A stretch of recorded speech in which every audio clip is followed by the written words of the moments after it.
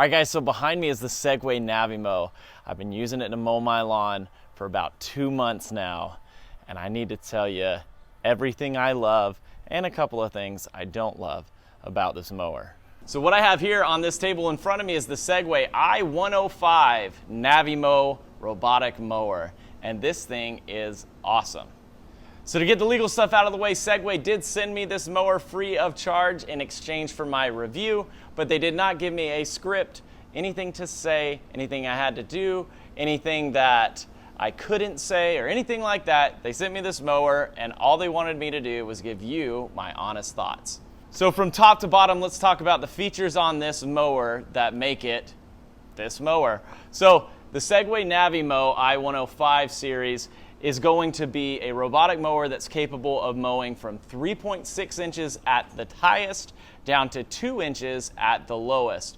Now, unlike some other more expensive mowers, you cannot adjust this in the app. This is 100% manual adjustment. So right here on the top of the mower, there is a dial, and as easy as this, you turn the dial to adjust it to the height that you want, and it manually raises or lowers the cutting disc. So while we're on the topic of cutting, let's look at the cutting disc on the bottom. Now this is a traditional style rotary cutting disc that will have 3 razor style blades on it that you need to change out, in my opinion, every 3 to 4 weeks to ensure that you're getting the optimal cut quality out of this.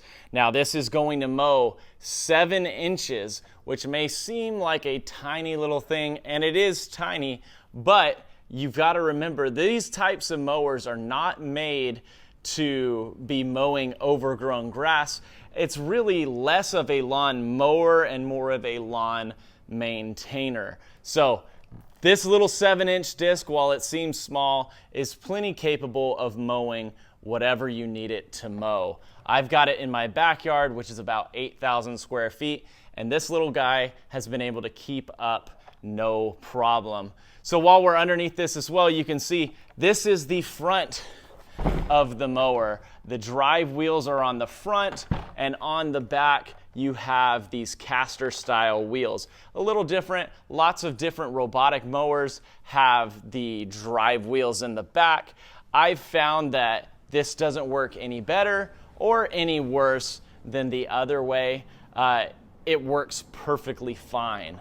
Now the way that this mower knows where it is by using the camera on the front here, and then there is an RTK beacon that you need to install to make sure that there's reception from the satellites that help triangulate position to where this mower knows exactly where it is. Now, one of the really cool features on this mower is its mowing pattern.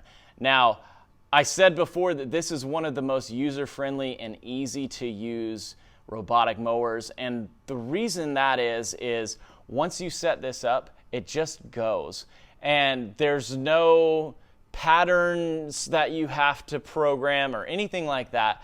You set it, and then the mower is going to mow back and forth in straight lines. And then every single time that it goes back out to mow, once it's completed that area, it's going to change that straight line pattern by 5 degrees, which I think is really cool. There's other mowers on the market that you can program to mow different designs, but if you program to mow back and forth like this, it's going to mow that same back and forth cross pattern every single time, where this one changes its direction every single time.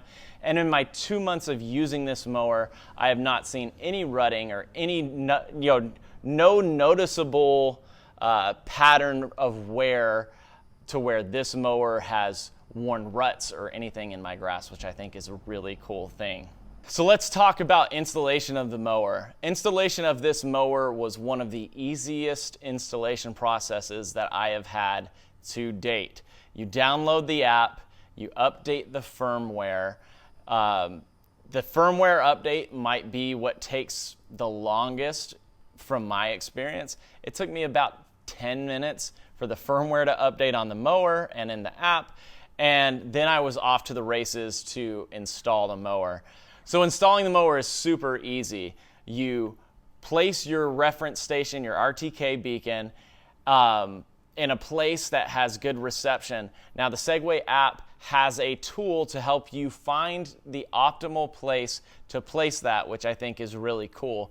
Other mowers that I've used that have RTK stations don't have that tool, and you kind of just have to place it and then it'll tell you if you have good reception or bad reception.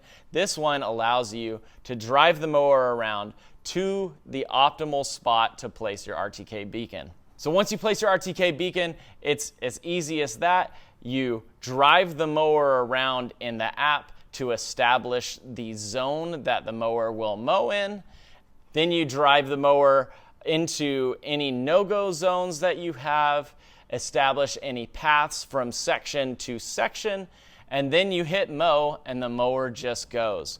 Now, I have had probably 5 different robotic mowers on my lawn at one point or another in the last 3 years, and by far, this mower is the least problematic and least likely to get stuck.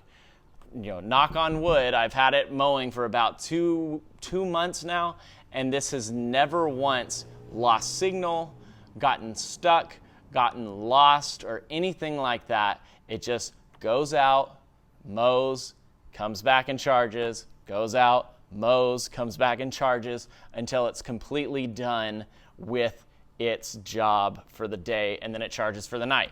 So while we're talking about the night, this mower is capable of mowing in the evening, in the night. There is a light on the front that will help the cameras see, and then it knows via GPS and RTK exactly where it is to where it can mow at night if that's what you prefer. I prefer the mower mowing during the day personally, just because I like it to mow, and I found that it mows better when the grass is completely dry, where in the evening, at night, and early in the morning, there's dew and stuff on the grass, and it just cuts kind of messy. It doesn't do a bad job, but it's a little bit more messy than I personally would like. So let's talk about obstacle avoidance for a second here. Now you can see the Segway is mowing around my trampoline at this moment.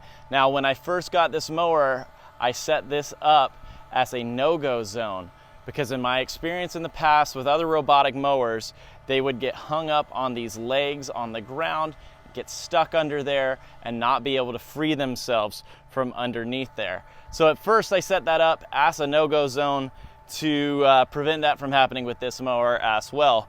Well, I wanted to test out to see if it would get stuck or if it would be able to navigate it no problem. And let me tell you, this mower has been able to navigate underneath here with ease. Never once has it gotten stuck. You can see it's going around the legs here. You can see underneath it is all mowed. Now it's muddy and gross because it doesn't get a lot of sunlight, so the grass doesn't grow really well under there, but it's done a really good job of making it to where I don't have to crawl under there or move my trampoline around in order to get the grass that has grown. So I also really like that in the app, it shows you exactly what the mower has done for that mowing cycle for the day. So you can see exactly what the mower has done, tells you the percentage, and then it also tells you how much the mower has mowed this week, which I think is really cool. One last point that I want to talk about that is kind of a con is this mower needs Wi-Fi reception. So if you're like me and you don't have great Wi-Fi out in your lawn, you're going to need to buy the 4G connector, which is super easy to use. It's like, I think it's about $100, and all you have to do is underneath the robot here, you undo a couple of screws, you connect the 4G box, and now your mower has a 4G connection, allowing it to mow problem-free without having a Wi-Fi signal. Now, if I had better Wi-Fi or had extenders out into my lawn, it would function flawlessly without that, but personally, I don't have that, and that is kind of a little bit of a downside. So one of the things that I don't love about this mower is the height of cut and the height of cut adjustment. So I live in the South, I have Bermuda grass, and Bermuda grass likes to be mowed really short. So for me, the low height of cut at 2 inches is a little bit taller than what I would personally want. I know most people would probably be fine with 2 inches, but personally, I don't love that 2 inches is the lowest that it can go. Another thing that I don't love about the height of cut is the fact that it's only manual adjustment. Now, to most people, again, this may not be an issue, but if you are someone who says, hey, I've got to have this mower mowing my front yard and my backyard. I like my front yard to be a little shorter and I'd like my backyard to be a little longer. There's no way to do that in the app. There are other mowers on the market that you can do that with, but this is just not one of them. Is it a deal breaker? Absolutely not. But it's just something that, to me, Segway kind of overlooked. And maybe they did that to cut costs. While we're talking about costs, I think Segway hit a home run with the cost on this mower. For the performance that you get out of this mower, the price point is phenomenal. Now, this 105 mower comes in at $999, and for $1,000, in my opinion, is one of the best value propositions for a mower that you can get. The comparable mowers that have performed as good as this mower can cost you up as much as $4,000. So for a quarter of that cost for a mower that works as well as this one does, I think is an absolute home run. So overall, if you are looking for a robotic mower and you have one height of cut that you need to mow and you've got about a quarter acre or less of grass that needs to be mowed, I think the Segway 105 series mower is going to be a fantastic choice for you. I've been really happy with this mower, and I think you're going to like it as much as I have. If you have any questions, comments, or concerns, please leave them down below. I'd love to answer any questions about this mower. And that's all I got. Thanks for watching, guys. I love you, and I will see you in the next video.